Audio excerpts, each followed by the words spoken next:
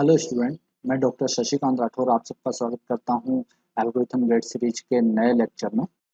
In this lecture we will discuss the recurrence relation, जो कि काफ़ी इम्पोर्टेंट टॉपिक है एल्गोरिथम सब्जेक्ट का। क्यों इम्पोर्टेंट टॉपिक है? बिकॉज रिकरेंस रिलेशन के थ्रू हम किसी भी एल्गोरिथम की कॉम्प्लेक्सिटी को निकाल सकते हैं।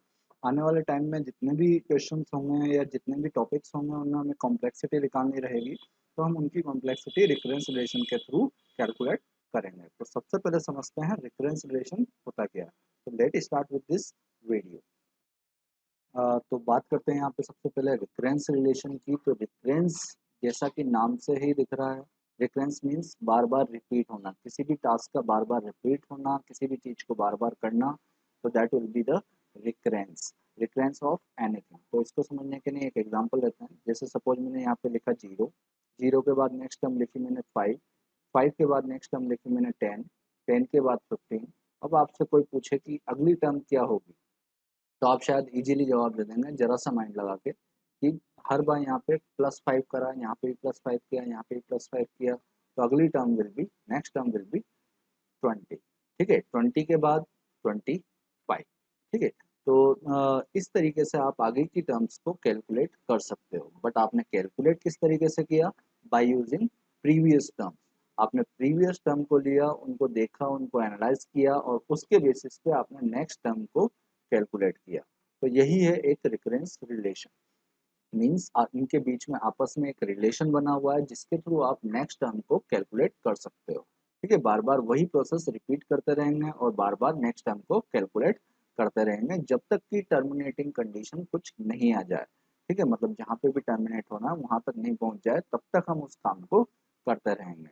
तो that is term is recurrence. इसको, इस तरीके की प्रॉब्लम को सॉल्व करने के लिए हम जो भी प्रोग्राम लिखते हैं या जो भी फंक्शन के फॉर्म में लिखते हैं दैट इज रिकरेंस फंक्शन। तो उसको समझने के लिए हम एक छोटा सा प्रोग्राम लिखते हैं। प्रोग्राम के लिए हम जैसे सपोज एक कुछ वैल्यूज प्रिंट कराते हैं, 10, 10, 9, 8, 7 and so on up to 1 तक। ठीक है, ये हमें एक प्रिंट कराना है। तो इसके लिए एक रिकर्सिव फंक्शन लिखते हैं, वॉइड सपोज टेस्ट नाम से हम यहाँ पे फंक्शन ले लेते हैं, टेस्ट ऑफ, इसमें इनपुट दे देते हैं इंट एन। ठीक है, ये हमने इनपुट दे दिया एन और टेस्ट नाम का एक रिकर्सिव फंक्शन बना दिया। इसको स्टार्ट करते हैं तो सबसे पहले हम चेक करते हैं क्या एन, इफ एन बड़ा है जीरो से या नहीं। अगर जीरो से बड़ा है तभी हम उसको प्रिंट कराएंगे, अदरवाइज हम उसको प्रिंट नहीं कराएंगे। ठीक है, तो यहाँ से अगर एन से बड़ एन ग्रेटर देन जीरो है तो हम उसको सिंपल प्रिंट करा देंगे, प्रिंट %d एन।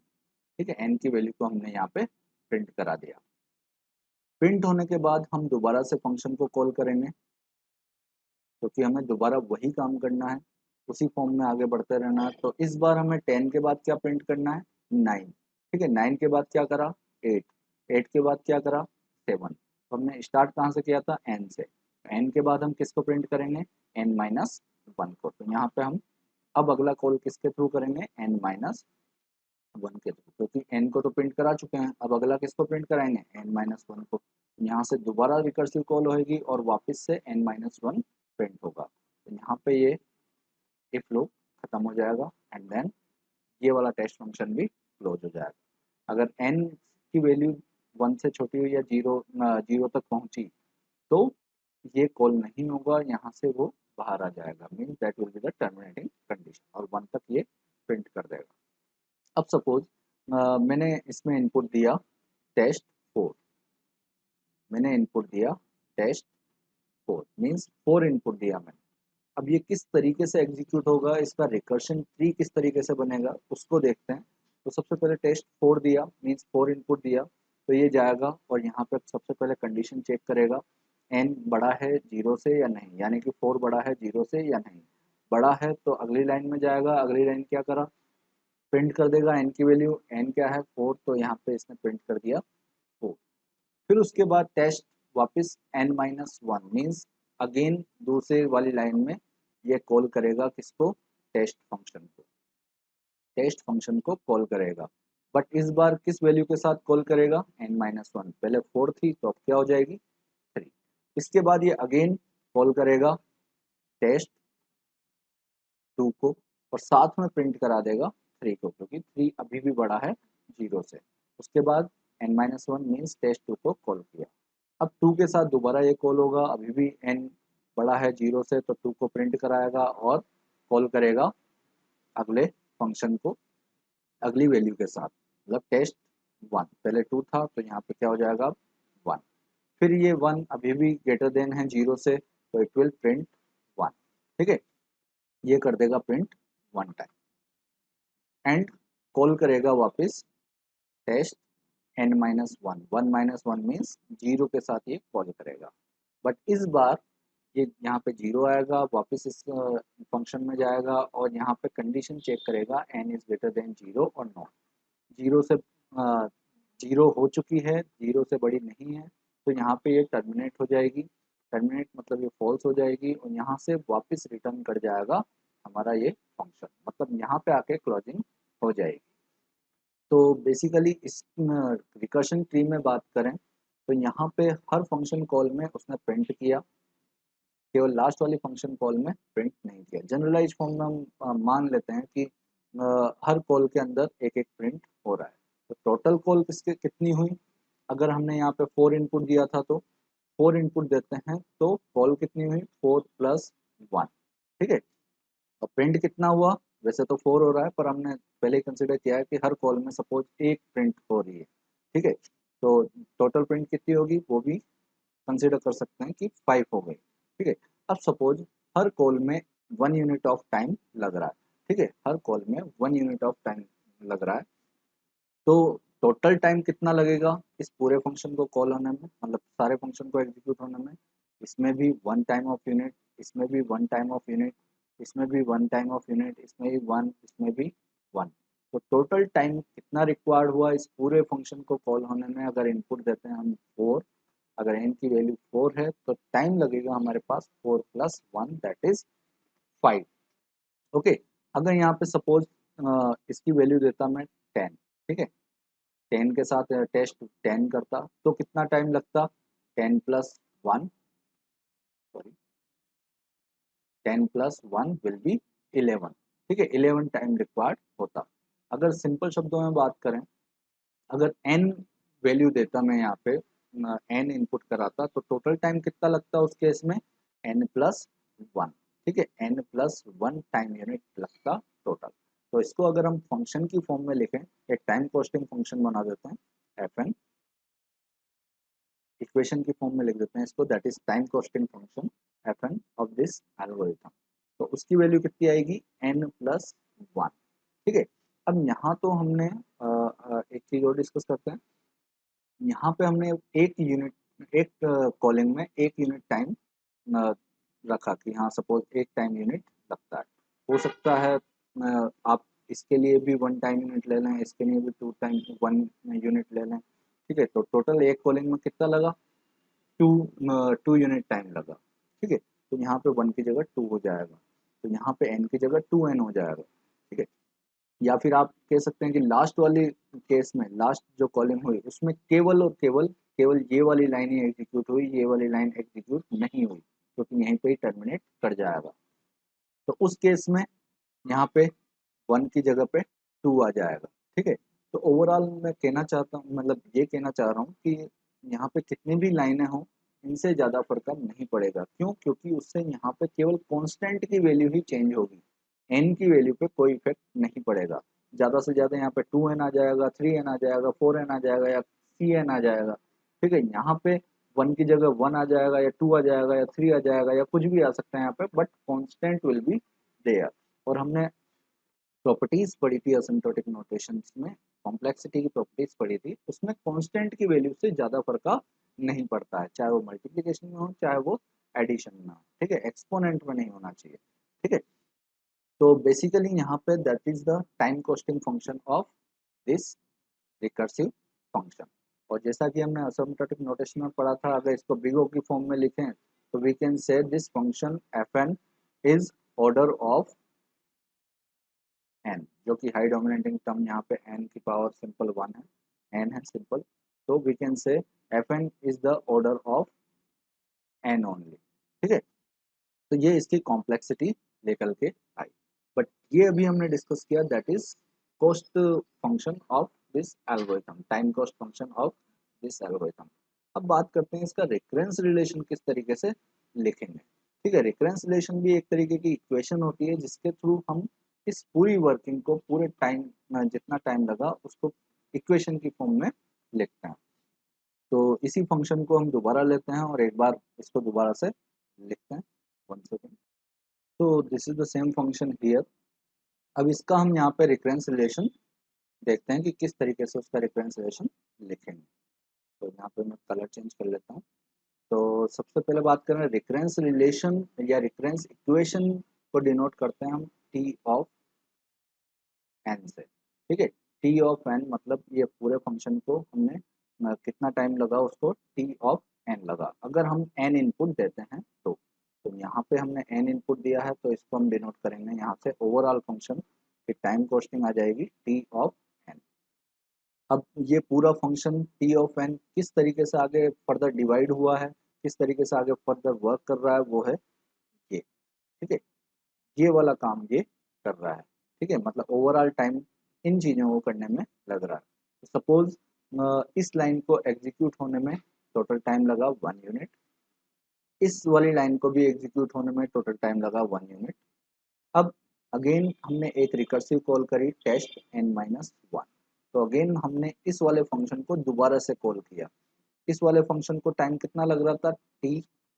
ठीक है, t टाइम लग रहा था। पहले हमने कितना लिखा था, n इनपुट था तो टी एन लिखा था।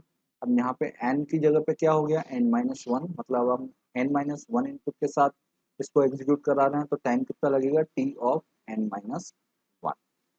ठीक है, तो ओवरऑल टी एन कितने पार्ट्स में डिवाइड हुआ, 1 1 एंड t n-1। तो हम सिंपल शब्दों में कहें तो हम लिख सकते हैं कि T n is equal to 1 1 plus 1 plus T of n-1। ठीक है, हम सिंपल शब्दों में इस तरीके से इस इक्वेशन को लिख सकते हैं, इस पूरे फंक्शन के टाइम फ्रेम में इस तरीके से डिनोट कर सकते हैं। तो यहाँ पे हो जाएगा टी n-1 प्लस 2। अब यहाँ पे ये हमारे पास फाइनल इक्वेशन आई। ठीक है, बट यहाँ पे ये है 2, 2 की जगह पे हो सकता है यहाँ पे 2-3 लाइनें और हो, तो वहाँ पे 3 भी हो सकता है, 4 भी हो सकता है, 5 भी हो सकता है। पर जैसा कि हमने डिस्कस किया कांस्टेंट से ज़्यादा फर्क नहीं पड़ता है, तो हम यहाँ पे इसको 2 3 4 जो भी लिखा हुआ है यहाँ पे इसको हटा के हम सिंपल सी भी लिख सकते हैं, या यू कैन सिंपली राइट 1। 1 क्यों लिखते हैं, क्योंकि ताकि आगे इसको सॉल्व करने में ज़्यादा प्रॉब्लम ना हो, इक्वेशन ईजी रहे। t n-1 plus 1। तो ओवरऑल हमारे पास जो रिकरेंस इक्वेशन आई वो आई ये। ठीक है, that is recurrence equation of this function. अब ये बार बार एग्जीक्यूट होता जाएगा, पहले टी एन के साथ हुआ, फिर t n-1 के साथ हुआ, अगली बार t n-2 के साथ होगा, इस तरीके से ये आगे बढ़ता जाएगा। ठीक है, बट एंड कहाँ होगा, एंड होगा जब n की वैल्यू हो जाएगी 0। जब n की वैल्यू हो जाएगी 0, मतलब n इक्वल टू 0 हो जाएगा, तब क्या होगा, हमारा ये फंक्शन अंदर आएगा, अंदर आके केवल इस वाली लाइन को एग्जीक्यूट करेगा, केवल if n is greater than from 0 और नॉट, इसको चेक करेगा, यहीं से ही वो फॉल्ट हो जाएगा, यहीं से ही फॉल्स हो जाएगी इक्वेशन, वो कंडीशन, और आगे नहीं बढ़ेगा, वहीं से रिटर्न कर जाएगा। मतलब जब n इक्वल टू 0 हुआ तो टाइम कितना लगा, केवल केवल और केवल ये वाली लाइन एग्जीक्यूट हुई, और इस लाइन में टाइम लग रहा था हमारे 1 टाइम ऑफ यूनिट। तो उस केस में हमारे टाइम कितना लगा, केवल 1 टाइम ऑफ यूनिट टाइम लगा। तो अगर n की वैल्यू 0 है तो टी एन विल बी क्या होगा, 1 हो जाएगा। ठीक है, तो हमारे पास दो कंडीशन है यहाँ पे, एक तो हो गया टर्मिनेटिंग कंडीशन जो कि ये थी, अगर n इक्वल टू 0 है तो उस केस में टी एन होगा हमारा क्या, 1। और अगर n से बड़ा है जीरो, सॉरी n जीरो से बड़ा है, कुछ भी वैल्यू हो चाहे, तो उस केस में हमारे पास Tn की वैल्यू क्या आएगी, दिस वन। तो that is the final equation. अब इसको जनरलाइज फॉर्म में लिखते हैं कि किस तरीके से रिकरेंस रिलेशन लिखा जाता है। तो रिकरेंस रिलेशन, तो सिंपल रिकरेंस रिलेशन किसी भी फंक्शन का डिनोट करते हैं Tn से, ठीक है।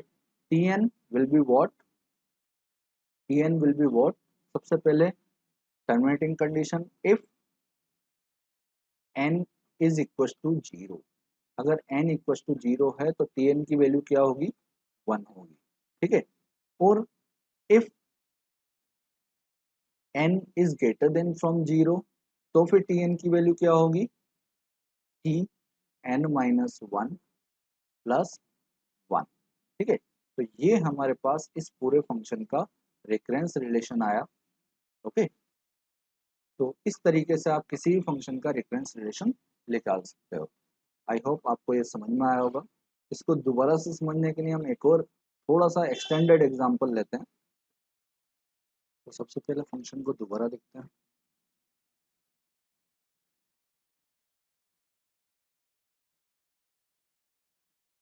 Function is test and then int n is the input. Now first of all we will check for the condition n बड़ा है जीरो से या नहीं। if n is greater than zero then we will do the thing, otherwise we will return, okay। तो पहले तो हमने simple print किया था और एक बार टेस्ट फंक्शन को कॉल किया था, ठीक है, n-1 के साथ। इस बार हम एक लूप भी इंक्लूड कर लेंगे जिसमें मल्टीपल टाइम्स हम n की वैल्यू को प्रिंट कराएंगे। तो यहाँ पे मैं सबसे पहले लूप लिख लेते हैं फोर, एक लूप लगाते हैं i इक्वल टू वन से i is equal to n तक एंड i प्लस प्लस, और इस लूप में हम n की वैल्यू को प्रिंट करा देते हैं। Print f %d and value of n। ये लाइन हमने n की वैल्यू को प्रिंट कराने के लिए लिख दी, ठीक है। जैसे ये प्रिंट हो जाए then we will call the function, क्योंकि रिकर्सिव फंक्शन है तो इफ के साथ ही हम इफ में ही टेस्ट को दोबारा कॉल करेंगे, जैसा कि हमने पहले किया था n-1 के साथ, ठीक है। और यहाँ पे इफ की बॉडी को क्लोज कर देंगे, ठीक है। आओ अब टेस्ट की बॉडी को भी क्लोज कर देते हैं।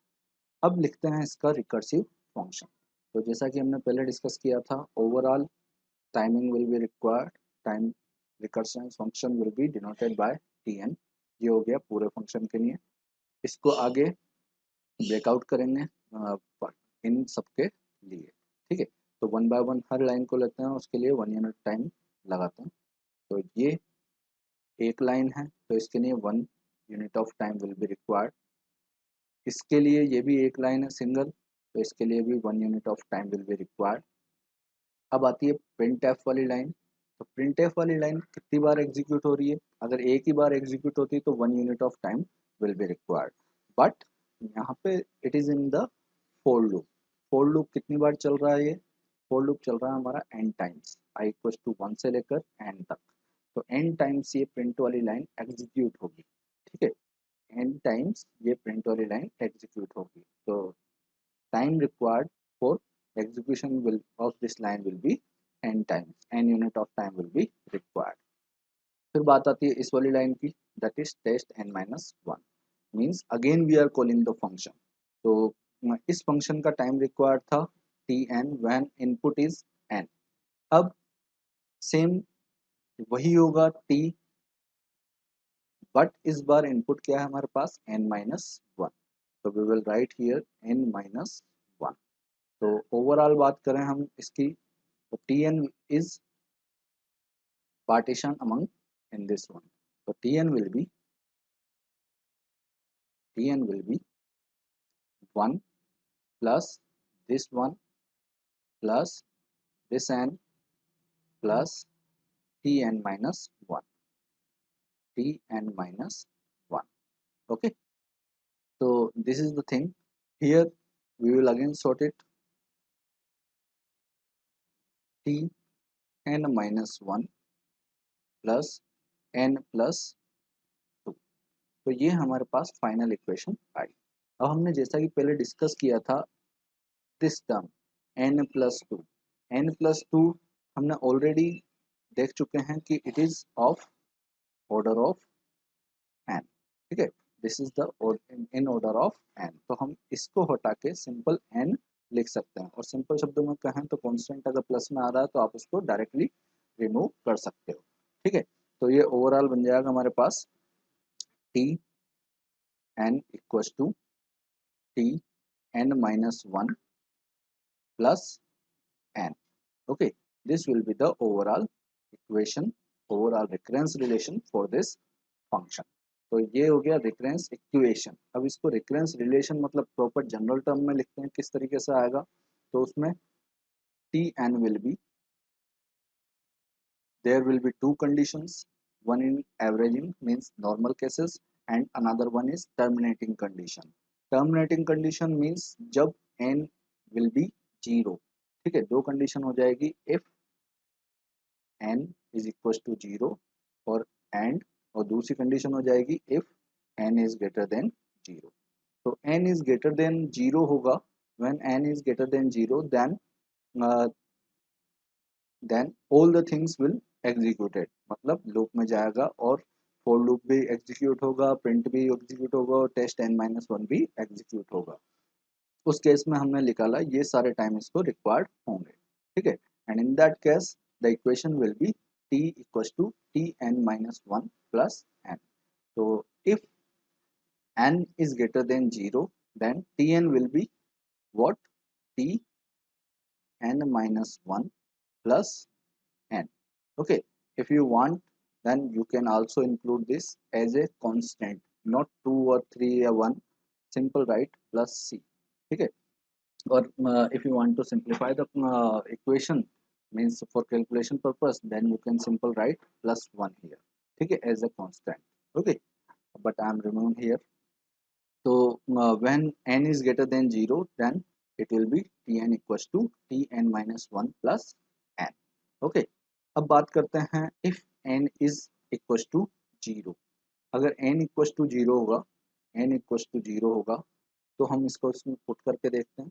तो void टेस्ट इनपुट n, यहाँ पे ये वाली लाइन तो एग्जीक्यूट होगी। ठीक है, if n is greater then 0 तो ये इसमें अंदर आया, अंदर फंक्शन में जाएगा, फंक्शन में पहली लाइन आएगी if n is greater then 0 और not, means condition is checking now.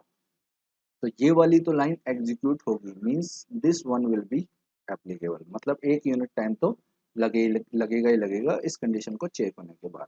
अब now n is equals to 0 तो this condition will become false. ठीक है, तो ये फॉल्स हो जाएगी, तो अंदर इस लूप में, इस वाले लूप में फंक्शन नहीं जाएगा, मतलब एग्जीक्यूशन नहीं होगा, एग्जीक्यूशन नहीं होगा और यहाँ से ये डायरेक्ट बाहर आ जाएगा, मीन्स ओवरऑल केवल एक लाइन ही यहाँ पे एग्जीक्यूट होगी।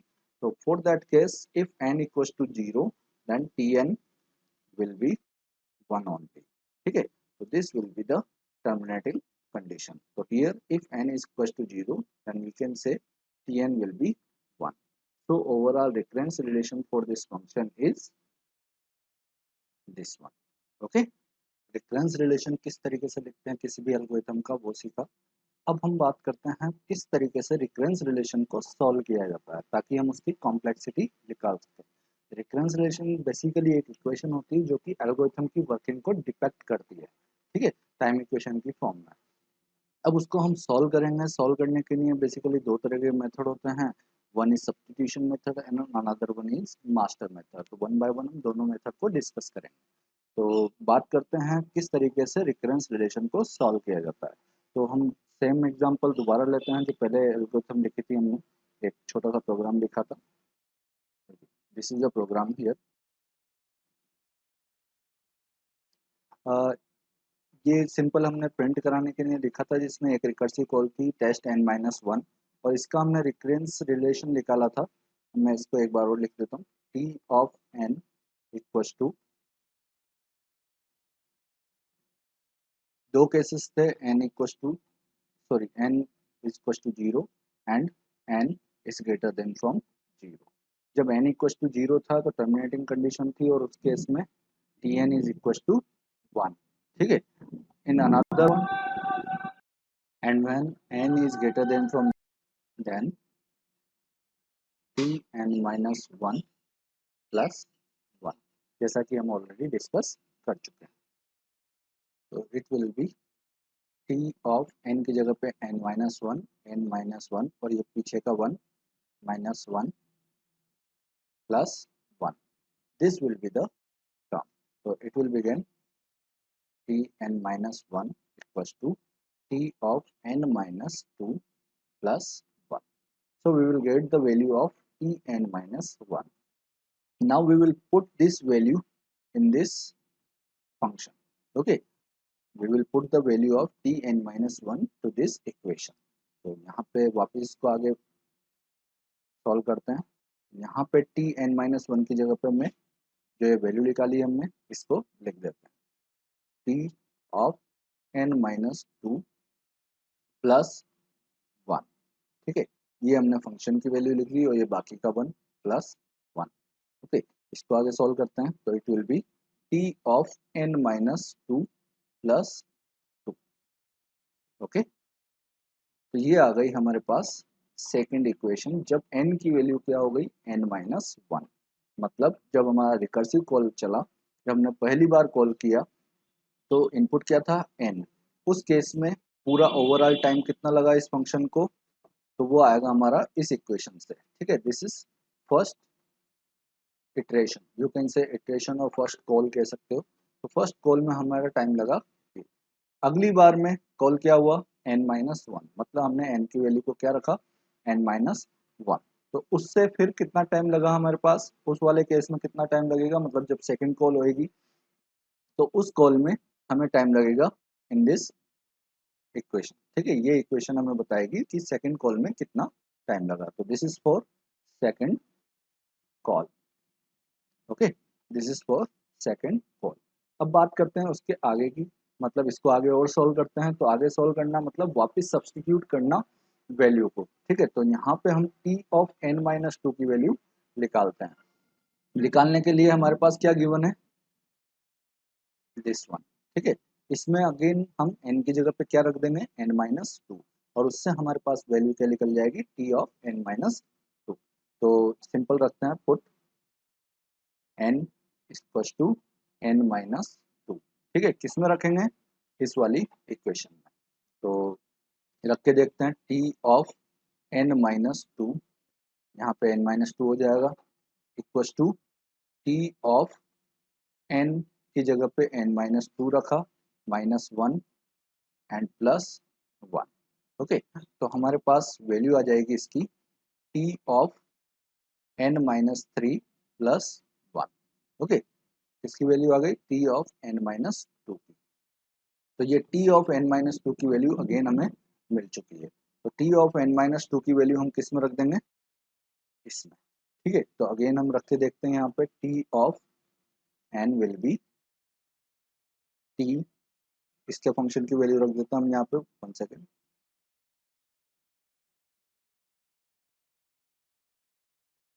यहाँ पे इस फंक्शन की वैल्यू रखते हैं, तो वो क्या है हमारे पास जो हमने निकाली है t of n minus 3 plus 1। Okay, plus 2। Okay, तो ये आ जाएगा हमारे पास t of n will be t n minus 3 plus 3। Okay, तो this one will represent the time equation or recurrence relation of third call।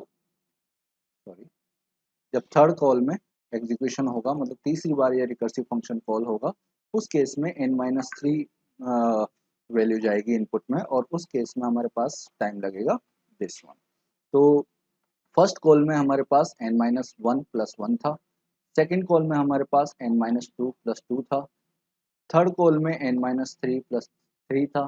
तो हम simple यहाँ पे कह सकते हैं कि फोर्थ कॉल में हमारा कितना टाइम लगेगा, T n of T n minus 4 plus 4। इस तरीके से आप निकाल सकते हो, इजीली निकल जाएगा।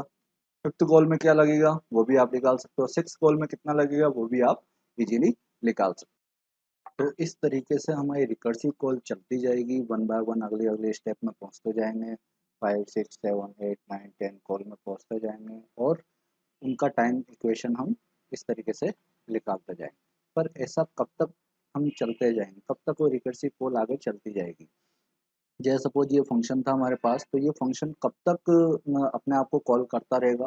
तो यहाँ पे हमारे पास ऑलरेडी टर्मिनेटिंग कंडीशन है जो कि यहाँ पे लिखी हुई है, when n is equal to 0 तक। ठीक है, जब n की वैल्यू 0 तक 0 हो जाएगी तब हमारे पास tn की वैल्यू क्या आ जाएगी, 1। ठीक है, मतलब इसको रिड्यूस करते जाएंगे, टी ऑफ n माइनस 4 5 6 7 ऐसे करते जाएंगे। कब तक करते जाएंगे, जब तक इसकी वैल्यू, ये जो बीच में लिखा हुआ है इसकी वैल्यू क्या नहीं हो जाती, 0 नहीं हो जाती। ठीक है, जब तक हम इसको आगे सब्स्टिट्यूट करते जाएंगे। ठीक है, तो सपोज वो कब जाके हो, तो मैं थोड़ा सा ऊंचा करता हूँ, 1 सेकंड। ओके, तो ये वन बाय वन हम इसे पुट करते जाएंगे और ये कब तक ऐसा पुट करते जाएंगे, कब तक ये चलता जाएगा, जब तक कि ये वाली वैल्यू हमारी 0 नहीं हो जाती, मतलब टी ऑफ 0 नहीं आ जाता। और जैसा कि हमें पता है टी ऑफ 0 क्या है, मतलब जब n इक्वल टू 0 है तो हमारी टर्मिनेटिंग कंडीशन है रिकरेंस रिलेशन में, और इसकी वैल्यू क्या है हमारे पास 1, जो कि ऑलरेडी हमें प्रोवाइडेड है। ठीक है, यहाँ पे जाके हमारा प्रोग्राम, हमारा जो रिकर्सिव कॉल है वो जाके एंड होगी।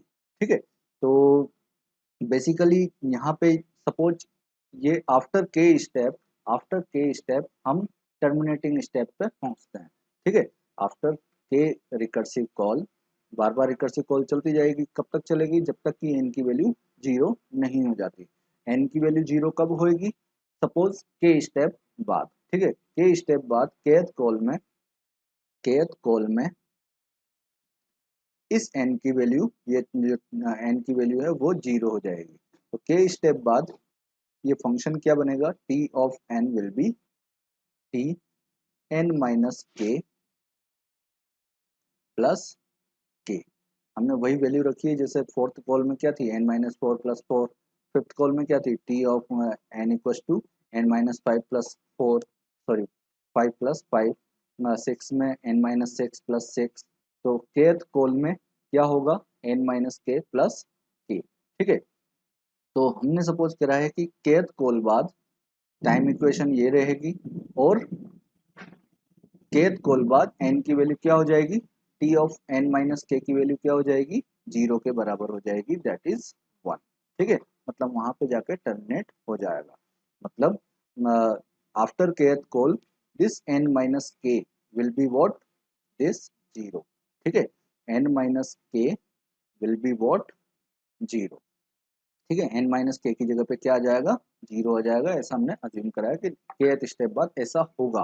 ठीक है, क्योंकि कहीं ना कहीं तो टर्मिनेट होगी वो रिकरेंस रिलेशन, बार बार रिकर्सिव कॉल चलती जाएगी चलती जाएगी चलती जाएगी, और n जब 0 आ जाएगा तब वो वहां पे टर्मिनेट हो जाएगा, और उस टाइम पे उस t ऑफ 0 की वैल्यू क्या आ जाएगी, 1 आ जाएगी। ठीक है, तो हमने यहाँ पे n माइनस के की वैल्यू को 0 के इक्वल रख दिया। तो इसको सोल्व करते हैं तो k की वैल्यू क्या आ जाएगी हमारे पास, n। ओके, अब k इक्वल टू n को हम पुट करते हैं इस वाली इक्वेशन में। ठीक है, आफ्टर k स्टेप, तो t of n will be what, t of 0। क्यों 0, क्योंकि k स्टेप बाद हमने क्या अज्यूम कर रखा है कि टर्मिनेटिंग कंडीशन आ जाएगी, और ये t ऑफ n माइनस के विल बिकम t ऑफ 0। ठीक है, लास्ट लास्ट में पहुंच जाएगा जब n की वैल्यू 0 हो जाएगी। प्लस k की वैल्यू क्या है, k की वैल्यू हमने निकाली है n। ओके, t ऑफ 0 की वैल्यू हमें ऑलरेडी टर्मिनेटिंग कंडीशन दी हुई है, क्या है, 1। तो t of n will B n plus 1। Okay, अब n प्लस 1, तो इसको हम बिगो में किस तरीके से लिख सकते हैं, प्लस 1 तो कांस्टेंट है तो इसको नेग्लेक्ट कर सकते हैं, तो T n will be in order of n। Okay, तो ये हमारा रिकरेंस रिलेशन को हमने सॉल्व किया और कॉम्प्लेक्सिटी हमें क्या निकल के आई, Tn equals to order of n। तो इस तरीके से आप सब्स्टिट्यूशन मेथड के थ्रू किसी भी एल्गोरिथम की कॉम्प्लेक्सिटी को निकाल सकते हो। तो सबसे पहले उसका हम रिकरेंस रिलेशन लिखेंगे, फिर उसको सॉल्व करेंगे सब्स्टिट्यूशन मेथड के थ्रू।